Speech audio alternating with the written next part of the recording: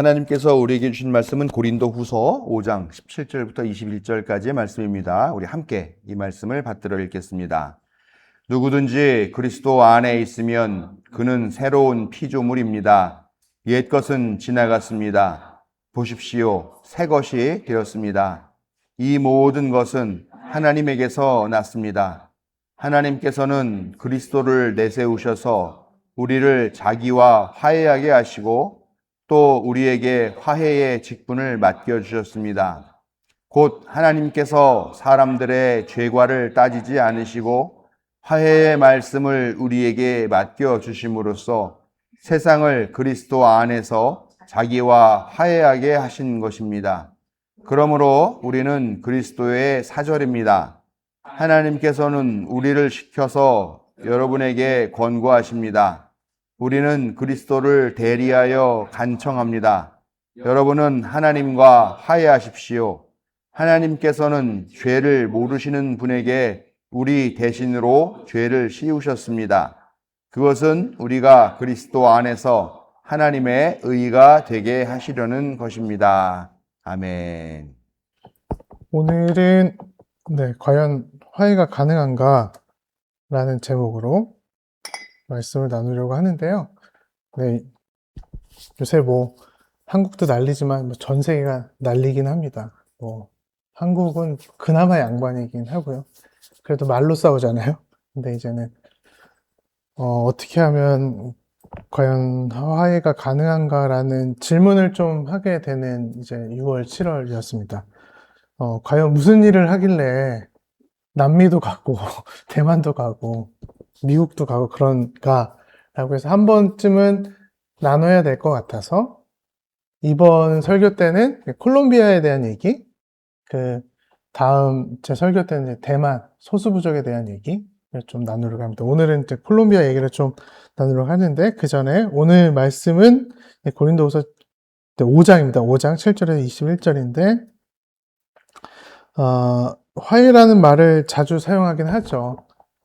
성경에서도 꽤 자주 등장하는 말씀이기도 하고요. 그리고 가정에서도 가끔가다 화해가 필요하고 교회에서도 화해가 필요합니다. 대부분의 교회가 깨지는 이유는 다음 목회자 청빙 때문에 제일 많이 깨진다고 하기도 합니다. 갈등 있는 사회에서도 화해가 필요하고 전쟁과 분단, 상처를 가진 나라에서도 화해가 필요하죠. 그러나 화해를 말하는 것은 쉽죠. 근데 실제로 화해하는 것이 문제이고 어렵습니다. 그래서 상처가 너무 깊을 때, 가해자가 잘못을 인정하지 않을 때, 진실이 밝혀지지 않을 때, 정의가 이루어지지 않을 때 우리는 좀 묻게 되죠. 과연 화해가 가능한가? 그래서 오늘 본문 고린도후서 5장 17절은 이렇게 얘기하죠. 누구든지 그리스도 안에 있으면 그는 새로운 피조물입니다. 옛것은 지나갔습니다. 보십시오. 새 것이 되었습니다. 라고 증언합니다. 18절은 이렇게 증언하죠. 이 모든 것은 하나님에게서 났습니다. 하나님께서는 그리스도를 내세우셔서 우리를 자기와 화해하게 하시고 또 우리에게 화해의 직분을 맡겨주셨습니다. 화해의 시작은 오늘 고린도후서만 보면 인간에게 있진 않죠. 하나님에게 있습니다. 우리가 하나님께로 돌아가기 전에 하나님께서 우리를 먼저 찾아오신다는 이야기이기도 합니다. 우리가 죄를 해결하기 전에 먼저 그리스도께서 십자가에 우리의 죄를 담당하셨습니다. 그래서 우리가 화해를 요청하기 전에 하나님께서 먼저 화해의 길을 여신 셈이죠. 그러니까 인정하고 싶지 않지만 우리가 싫어하는 모든 사람들이 교회 가서 은혜를 받고 자기는 죄사함을 받았다 라는 것들을 인간적인 마음으로 인정하고 싶지는 않습니다. 근데 하나님의 세계에 가면 또 다를 수 있는 거잖아요. 그런 고민도 또 들기도 합니다. 고린도후서에서 화해는 단순히 서로 좋은 관계를 유지하는 것은 아니에요. 갈등을 덮거나 불편한 일을 잊어버리는 것도 아닙니다. 화해는 하나님께서 그리스도 안에서 깨어진 관계를 회복하는 사건이기도 합니다. 하나님께서는 우리와 화해하셨을 뿐 아니라 우리에게 여기 18절 보시면 화해 직분을 맡기셨습니다. 우리는 화해를 받는 사람인 동시에 화해를 이루도록 예, 부름받는 사람이죠. 네, 이런 마음을 가지고 한번 네, 콜롬비아에 대해서 좀 얘기해 보겠습니다.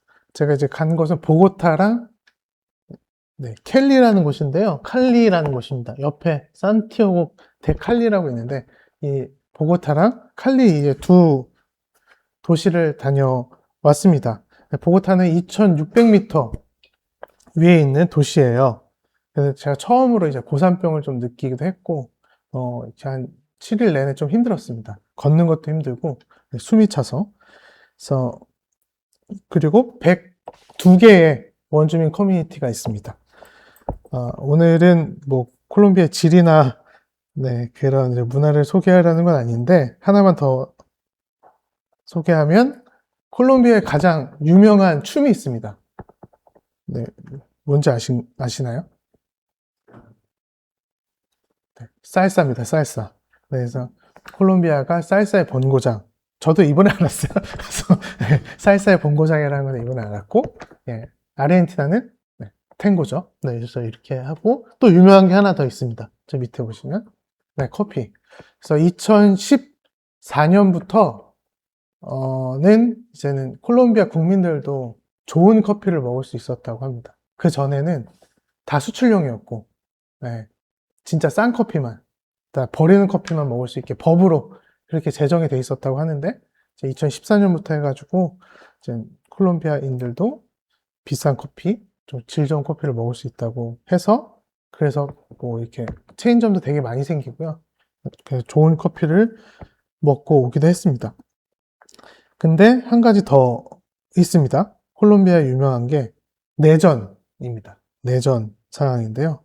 그 보면 1964년에 여기 밑에 보시면 파르크 거기에 이제는 에스파뇰로 하면 파르크라고 하더라고요. 파르크가 결성이 됐는데 이게 이제는 콜롬비아 무장혁명군과 정부군의 싸움이 52년 동안 지속된 사건입니다. 그래서 이 파르크의 결성이 이제 내전의 시작으로 보고 있는데요. 그게 이제 2016년 콜롬비아 평화협정을 통해서 이제 어느 정도 일단락된 그런 이야기를 저는 주로 가서 듣고 왔습니다. 그리고 교회가 어떤 역할을 하고 있는지라고 보고 왔습니다. 그래서 원인은 그렇습니다. 토지 불평등, 뭐 농촌 빈곤, 또 정치적 배제, 좌우 이념 갈등, 국가 폭력, 뭐 준군사 조직의 폭력, 그리고 마약 경제가 서로 얽혀 있었습니다. 콜롬비아 하면 또 유명한 사람이 있습니다. 네, 이거 다 아실 텐데, 네, 파블로 에밀리오 에스카바로라는 사람입니다. 이 마약 왕이라고 하는 사람. 수리남으로 아시지만 원래 원조는 이 사람입니다. 수리남의 황정민이 아니라 네, 이 에스카바로라는 사람인데 이 사람이 이런 얘기를 합니다. 자, 은을 받을 것인가, 납을 받을 것인가 라는 유명한 말이 있는데 은은 뇌물, 납은 총입니다. 그래서 이렇게 콜롬비아 정부와의 전쟁이 있고 혹시 나중에 시간 되시면 이 마르코스라는 넷플릭스의 드라마가 있습니다. 되게 좀 영웅적으로 좀 서사가 진행되긴 하는데 그 당시 1980년대, 70년대에서 80년대 사이에 콜롬비아의 상황들을 많이 볼 수가 있어서요. 혹시 이렇게 보시면 될 것 같은데 이 사람 뭐 정말 대단한 사람입니다. 그 메데인이라는 도시가 있는데요. 거기에 본인이 뭐 이제 정치인으로 나오기도 하고 그리고 자기가 자수해서 본인이 만든 감옥에 본인이 들어가기도 하고 뭐 이런 뭐 대단한 사람입니다. 그래서 정치혁명을 추구한 사람이라고 많이 묘사가 되지만 그런 사람은 아니고요.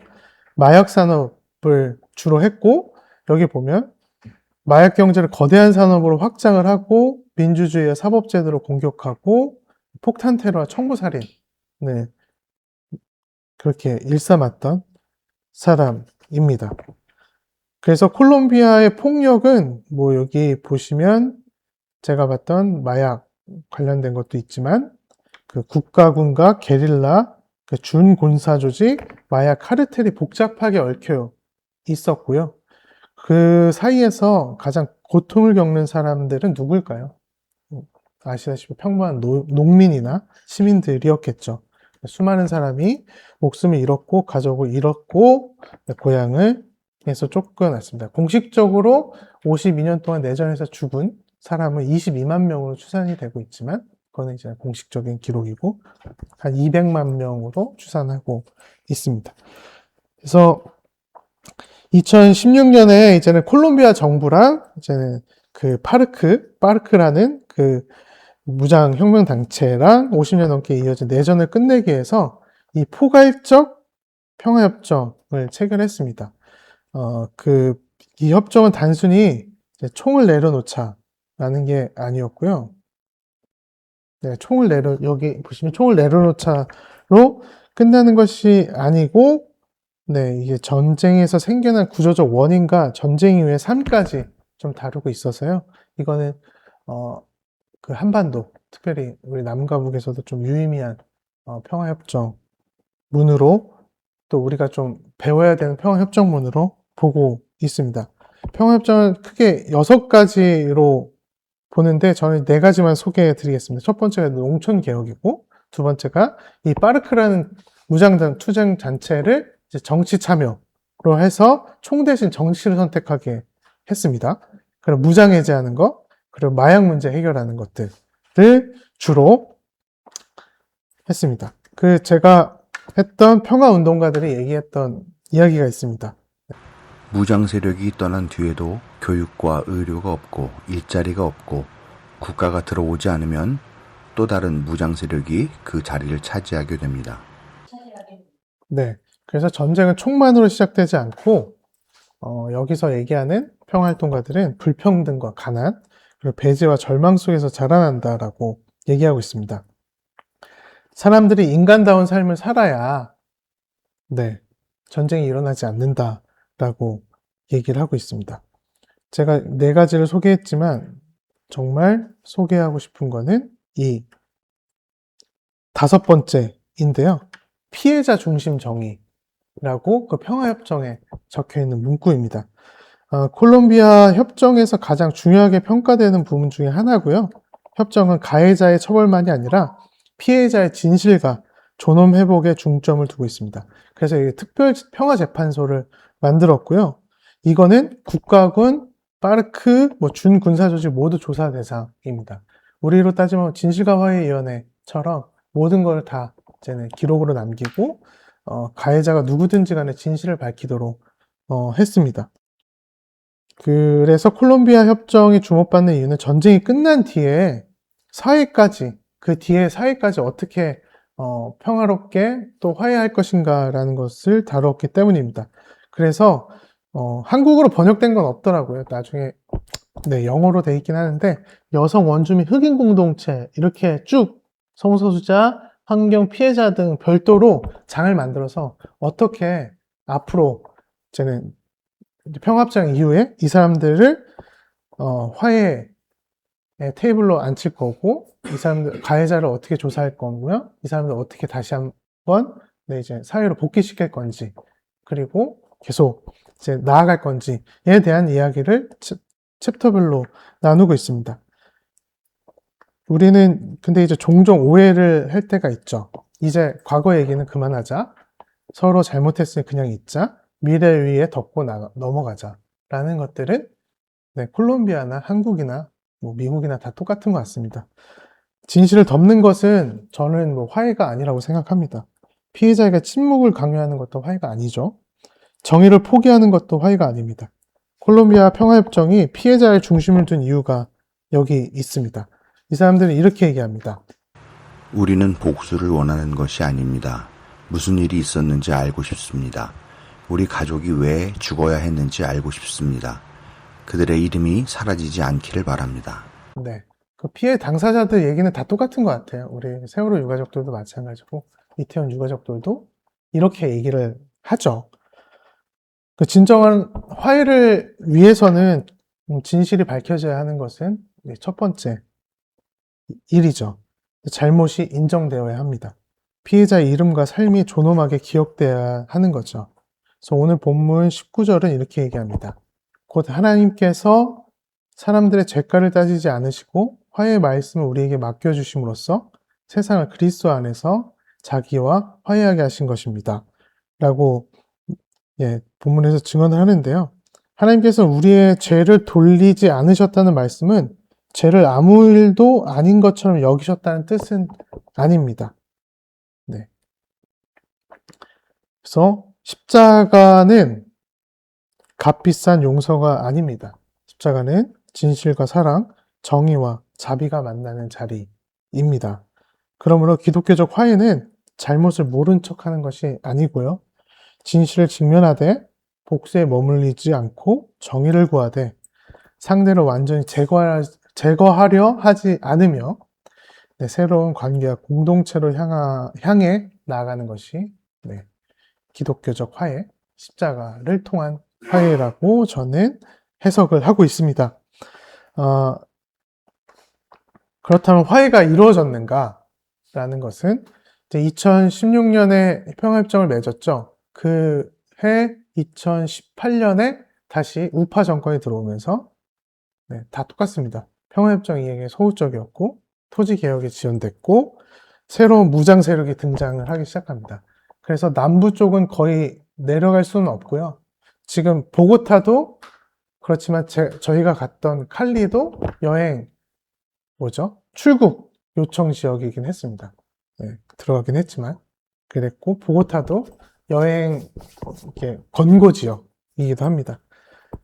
그래서 이제는 민족해방군이라는 데가 생겼고요. 다시 이제는 그 남부 지역에 범죄 조직이나 마약 조직이 또 빈자리를 차지하기 시작합니다. 지역 개발이 좀 부족해서 이게 해결되지 않는 선에서 새로운 무장 세력들이 또다시 등장을 합니다. 그렇다면 교회는 무슨 일을 하고 있는가라는 것들을 좀 나눠보려고 합니다. 디파즈라고 하는데요. 오른쪽에 보시면 2014년에 만들어졌었는데 2016년에 평화협정이 맺어졌다고 했잖아요. 그래서 이제 그 교회 그룹들은 2014년부터 이제 평화를 위한 교회 간의 대화를 시작하게 됩니다. 이 콜롬비아의 교회, 신학대학교, 기독교 NGO, 에큐메니칼 단체, 그리고 22개 기관이 함께하는 평화 네트워크인데요. 놀랍게도 그 콜롬비아 감리교회가 30년밖에 안 됐어요. 콜롬비아 전국에 30개밖에 안 되는데 그거를 주도적으로 하고 있는 것들을 보면 또 크기가 문제는 아니구나. 아까 신천지 얘기도 했지만 크기가 문제는 아니구나라는 생각을 좀 하게 됩니다. 그래서 이미 여러 교회와 단체가 수십 년 동안 분쟁 지역에서 평화를 위해서 일해 왔습니다. 그 활동을 하나의 네트워크로 연결한 것이 이제 2014년에 연결한 것이고요. 2012년에 이제는 콜롬비아 정부랑 파르크라고 하는 민족해방군이랑 협상이 시작됐는데 그 중간쯤에 이제는 교회도 제대로 된 역할을 하기 위해서 이 디파즈를 만든 겁니다. 그래서 디파즈의 실무자가 하는 얘기는 이겁니다. 평화는 만들어가는 것이다 라고 그렇게 얘기했습니다. 밑에 보면 그게 스페니쉬인데 제가 되게 연습을 많이 했는데 갑자기 생각이 안 나더라고요. 네.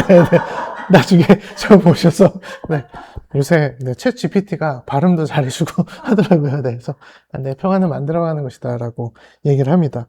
그래서 평화는 협정문에 서명했다고 저절로 나오는 것이 아니다 라고 얘기하고 있고요. 신뢰가 필요하고 의지도 필요하고 긴 대화 시간이 필요하다라고 얘기합니다. 디파즈, 이 평화 네트워크는 평화 유지보다 평화 구축이란 말을 중요하게 좀 사용을 합니다.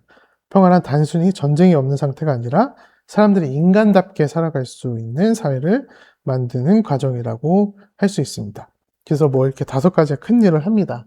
이렇게 5가지의 큰 일을 하고 이 총체적인 평화, 파즈, 이게 에스파뇰 발음이 따로 있어요. 이게 총체적인 평화라고 얘기를 합니다. 여기서 얘기하는 게 있는데 이제는 최근에 이제 콜롬비아 새 정부가 탄생을 했습니다. 이제 아벨라르도 델라 에스프리렐라라는 사람인데, 이 경례하는 것만 봐도 느낌이 오시죠? 네, 극우 정권입니다. 네, 극우 정권이었고, 이 사람이 6개월 안에 이 평화협정을 없애버리고, 네, 민족 해방군을 공격하겠다. 밑에 이제 마야 카르텔가 다 공격하겠다라고 선언한 대통령입니다. 네, 여기도 네, 윤석열 시대가 이제 오고 있는데, 이제 평화활동가들이 이렇게 얘기합니다. 지금의 정권이 좀 더 이제는 우리로 따지면 이제 민주당 정권이었고 이제 바뀐 거죠. 근데 그 평화활동가 이렇게 얘기합니다. 우리는 이 정부의 박수부대가 아니다. 그러니까 이 민주당 진보 정권의 박수부대가 아니다. 그리고 우리는 다음 정부도 지금 정부를 비판했던 것처럼 비판할 것이다. 즉 우리의 기준은 정권이 아니라 성경과 신학 그리고 평화입니다라고 얘기를 합니다. 설교의 결론 부분에서 영상 촬영이 중단되어 여기까지만 들으실 수 있습니다. 죄송합니다.